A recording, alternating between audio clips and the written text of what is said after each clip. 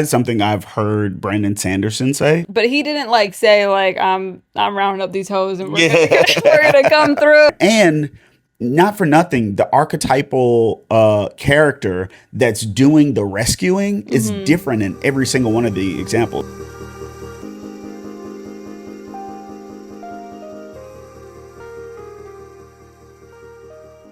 Okay, so speaking of beef, I have beef with some people on the internet. Okay. And I'm keeping it vague, but I have beef with people who are saying that the battle scenes in Throne of Glass are like an exact replica of Lord of the Rings battle scenes. And I've not heard this. I've brought you here today so that I can rant about this. Okay. And I will provide one form of evidence, and mostly I want to see if you can help me with some more evidence. Okay. Okay. So this is something that I saw when I was like prepping sections of the book for you to know like when to get your reactions from, right? So I was like looking at some synopses, and I'm not going to name the synopses because I'm not actually trying to start beef with these people, but I just have beef with the concept. But I was reading through one of the chapter summaries, which like also shout out to everyone who does chapter summaries because could not do this preparation work. That's a lot. Without the people who do chapters by chapter summaries. So I'm really appreciative. However, real heroes. Yes. However, I do strongly disagree with this one person. Okay. There were these moments throughout, like, as they are, like, recounting the battle scene chapters. And I'll read, like, just a little part. There's, like, I got a copy of so much Lord of the Rings. They're, like, likening it to what happens at Helm's Deep. And I know you know, but I'm going to recap just for all of us. So, like, I'm also recapping from the movies, right? So I cannot speak to the original text. I'm open to someone saying it is bar for bar in the original text, but I don't think that the comparison is fair, and I'll get to that point. But they're saying that that moment where obviously they're like fighting at Helm's Deep, shit's not looking good. They are not gonna win. And then they like hear the horn blow and Gandalf arrives with, I believe it's the Riders of Rohan that he goes to like hunt down sounds negative, to rally and find. And we see him obviously at like the top of the hill, the sun beams. It's the next day. They made it to the next day. They made it through the essentially long night. And he comes down and it saves the situation, right? And then we go to Kingdom of Ash, the battle scene, and the section that they're kind of like likening it to is when Aedion, Lysandra, and the others are hours away from defeat. And then also like a horn plays and Aelin and her crew arrive with that particular army. And I'm so not the first person to say like certain critiques that like SJM gets is most likely due to misogyny. And I don't think that's every critique, but I do in this particular case. It bugged me because this is not Lord of the Rings. I love Lord of the Rings. Okay. Like I've seen the movies a disgusting amount of times. So many times. and even this year, you watched it this year. Yes, though I do need to watch Return of the King because I only watched the first two. Return of the King, whenever I watch Return of the King, I'm always like, wow, that was really arduous. I don't know if I'll ever watch the trilogy again. And then I got a hankering to watch at least the first two, and I'll like watch the first two. But I say this as a really big Lord of the Rings fan. I don't think that Tolkien and that particular scene invented moments in war where shit looks real bad and there's another potential part of the army on their way to come help and they make it on time. It's like Sansa. Literally, this is what I was going to say. I was like, and again, the internet is a big place. I could miss where someone else has also accused George R.R. Martin, or rather the writers of the TV show, because I don't know if that point the books were like there. But it's the same kind of, it's literally also the same thing if we're going to talk about it like that. Like the Battle of the Bastards, Jon Snow was going to die. He was trying to make it through. And a very similar setup of like Sansa went off. We didn't know that she was going to get back on time. Obviously, you hope. And like the show does a good job of like making you get so caught up in like, holy shit, they're going to fail. Or like, is he going to die? Because also we know that franchise definitely likes to kill main characters. And he had just got back from dying. Right, exactly. And like, and so Sansa is Gandalf in that. Sansa and the army that she brought over was Stannis' army. It was her Littlefinger. You want to go get the Veil, the people of the Veil, and brought them back. And so it's like it's the same. It's literally the same kind of thing. And to me, again, internet big place. People could have made that critique about Game of Thrones, but I don't often see that particular like battle scene likened to Helm's Deep when it's this little piece of like, oh shit, it's not gonna happen, and then someone comes through and like right at the last minute a horn blares and like whatever. Because didn't a horn also blare in Battle of the Bastards? They always announce when they come because that's also like what happens in warfare during that time. So I'm like, or they're just pulling on the historical elements and bringing them into like the fantasy realm. But like, I don't know, it pisses me off because I'm like, I read all of Kingdom of Ash, huge Lord of the Rings fan. At no point did I feel like I was reading Lord of the Rings or like that I was like watching those battles take place just because there was like a big moment of like, again, which is more of just like a plot device of like distract and then someone comes through and it's like, thank God. So I'm like, I'm curious if there's other moments of that. Yeah. So that's a little end of my rant, but what I will say is to bring more of an understanding of both sides, something I've heard Brandon Sanderson say. And when I took his class, he said he was writing this battle scene for one of his books. And there were some people who were like, it's okay, it's not all the way there. Yeah. They were like, watch fights, like watch battles. Yeah. And look at how other people have written them and pull from that. Yeah. And so I think your rant is more, and I just want to make sure I'm understanding. I think more of your rant is about the fact that everybody does that and nobody else except Sarah J. Maas has been like she's copying it. Like it's not persecuted, but you know what I mean. Persecuted, but you know what I mean. But like, no, the dramatics, we need it. Yes. Yeah, nobody else has like been like, oh well, George R.R. Martin did the same thing, or you know, this other battle from whatever the fuck did the same thing too. So I think that is a trope in war. Exactly, in war, and that's what they're pulling from. And I guess I am curious, like, I don't know, like, are there any like, I was trying to think, I feel like you've rewatched the Harry Potter movies more than me actually at this point, and I'm like, in the final, like, I wonder if there's a similar beat. It's a different kind of war because the magic is very different and how they fight is very different than like war. But I was trying to think of other examples. I don't think it's like an army coming in. No. I think it's when Neville kills the snake. Yeah, it's that kind of moment. I think it would be that moment. It's the moment where it looks like everything's fucked up, and when you see Harry grabs Tom or Voldemort, they do the little flying thing through the air, they fall to the ground, and then Neville kills the snake, and then Harry has that moment of looking at Voldemort and being like, oh shit, he's weak. Yeah. I think it's the same kind of thing of people coming over the mountain. Yes. Everybody realizing, oh shit, they got backup. Yeah. And then the tide of the battle changes. Right. So yeah, I think it's a trope. And I think people who liken it to one thing or another either have not read, seen, or immersed themselves in a lot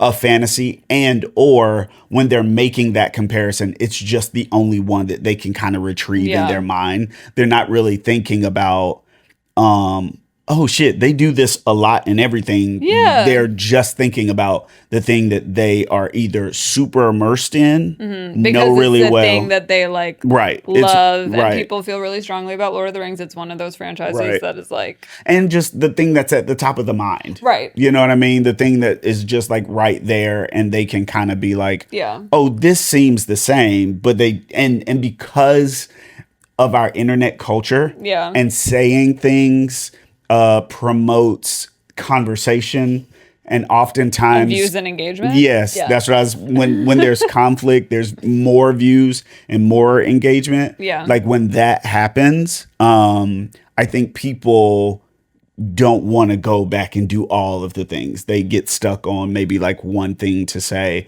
and then they go with that. And like, which is, hey, do your thing, obviously. Yeah. You know what I mean? Because not everybody can just be in the moment and remember all of the things. We've done that before. You know what I mean? Not necessarily about something like that, but we've, made a statement and then come back and been like, oh shit, y'all, we thought about this and we looked at these things, and in the moment we weren't thinking about this. Right. But that it just goes like that. So I do think she probably pulled some stuff from I'm sure there's inspiration Lord of the Rings, for sure. but I also think in saying that she pulled that from all of the lore and all of the stories of war and battles and people being down and needing somebody to come in. It's kind of funny too, because to me it was almost a little less surprising. And again, like, I think that's why I want to like share the caveat of like, I haven't read the actual books of Lord of the Rings. So again, maybe there is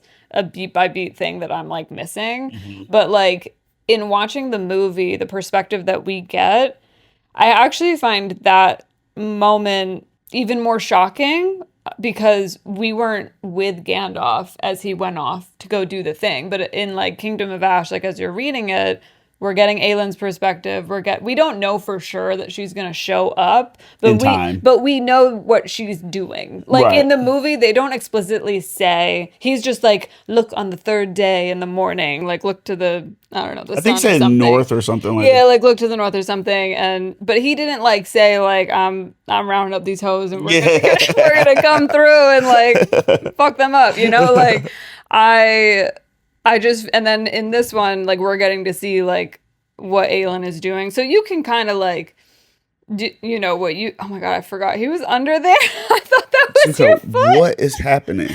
I thought that was your foot. Oh my God, he's trying. What's up?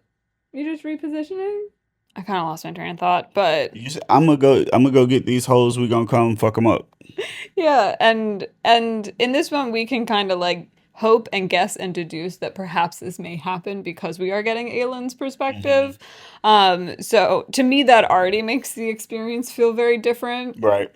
Even though it's a huge relief and like, thank God when she does arrive, which is like a feeling that you also get. But to me, like, horn plus surprise entrance plus the stakes are really high and they might die at the arrival is not enough to make it like a copy versus like, this is a thing that happens often in fantasy. Right. And if it is, then Shadow Daddy and found family and like all of these things are devices we use to tell the stories we love at the end of the day. And it's we were talking about this earlier in the episode, but it's like when I'm in the middle of the battle with Aedion and Aelin at their like respective like parts of the story, I'm not thinking about Gandalf, and I'm not thinking about like Gimli and Legolas doing their little bit while they like kill people and like Aragorn being a badass. Like I'm not thinking about them. I'm thinking about this battle for Terrasen. Right. And to me, that I'm immersed enough in the storytelling that it's not distracting. And I guess for this person, it felt distracting because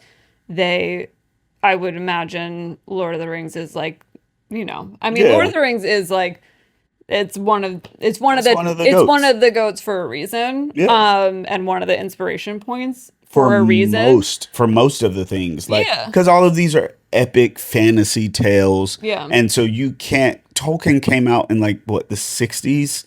Something 70s? Like that. I'd have to confirm. Very early.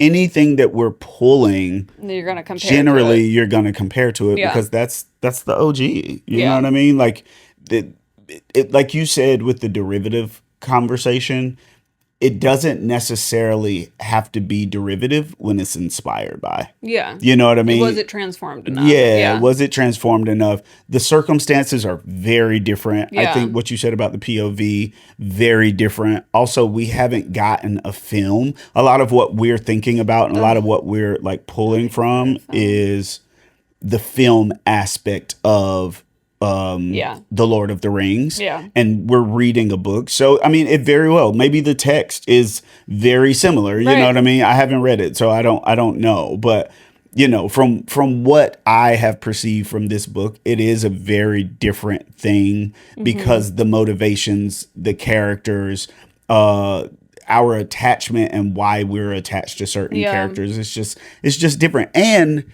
not for nothing, the archetypal character that's doing the rescuing is different in every single one of the examples. You have Sansa. You have Sansa. Sansa. You have Sansa, who is this young woman who's coming into her own royal self, and Queen of the North. This was the first moment where she showed she can be that type of leader. You then have Gandalf, who is this magical wizard who has died, evolved, and is the again spiritual mage figure in this story. Very different. And then you have Aelin, who is the main character. Generally, the main character is in the shits. Right. They're not the one that's getting rescued. So it's all very different. And I think it's, again, how do you use the tools of storytelling to tell the story in a way that makes it something individual and unique to the reader, to the watcher, the audience that's consuming it. I'm very excited by that analysis. Oh, thank you. That's a really good point. The character doing the surprise arrival to save, and the ones who are in the shit is very different. Yeah. Because Aedion is no Aragorn. No. Absolutely not. Absolutely not. Absolutely not. And I guess Aragorn and Jon Snow are a little more similar, actually, if we're going to really compare and talk about it. Very true. Very true. But also you have, it's not just her, it's Lysandra that's there. Yeah. It's the witches are already there too, or no? I think they're dead by then. Yeah, the witches are gone. The witches are gone. So, but Manon and them have already been fighting and giving them a chance, which is why they get that extra time in the first place. That allows because there's in real life, there's no way Aelin and them get there in time. There's no way. But that's why we need the story of it working out. But also, real quick, back to the witch point, I think this is also a moment to me that also feels really unique to the progression of battle, because chapter 89 is a moment that is so necessary for them to have the potential to survive, but even that amount of loss isn't enough to win the entire war. It's enough to win that battle in that moment. And I don't know what that, again, if they're trying to make a beat, because there were multiple moments where they were this feels the battle at Helm's Deep. I'm what is that moment at Helm's Deep? Oh, What's the there equivalent is no big to sacrifice to... Yeah. So I'm that already makes the progression of the actual battles, the full war. Am I using those terms right? I'm because it's battle, and then if you win the war, you win the war. But that already feels very different to me. Yeah, and I think people are very strong, very opinionated, and very strong-willed when it comes to what they love. Yeah, their favorite series. You know what I mean? And we often forget that, even in storytelling and writing, they say there are only so many stories under the sun. There are only so many stories that can be told. Yeah. And it's not a lot. And so the way that we continuously tell these types of stories are just with the tools that we use. And I think what you're trying to, say, and what you are saying, is that this is inspiration. It's transformative copying. Yeah. This is not a derivative thing. This is inspiration. This is its own thing. It has its own life, and these are the reasons that you cannot consider this verbatim from Lord of the Rings. Yeah, and you said this earlier just to round out what my like point was, but like if you're gonna say that is, then why are you not saying that about Battle Everything of the else. Bastards? Yeah. Like, and again, huge Game of Thrones fan. Yeah. Love. Yeah. Okay, I feel better now. Good. I'm glad you do.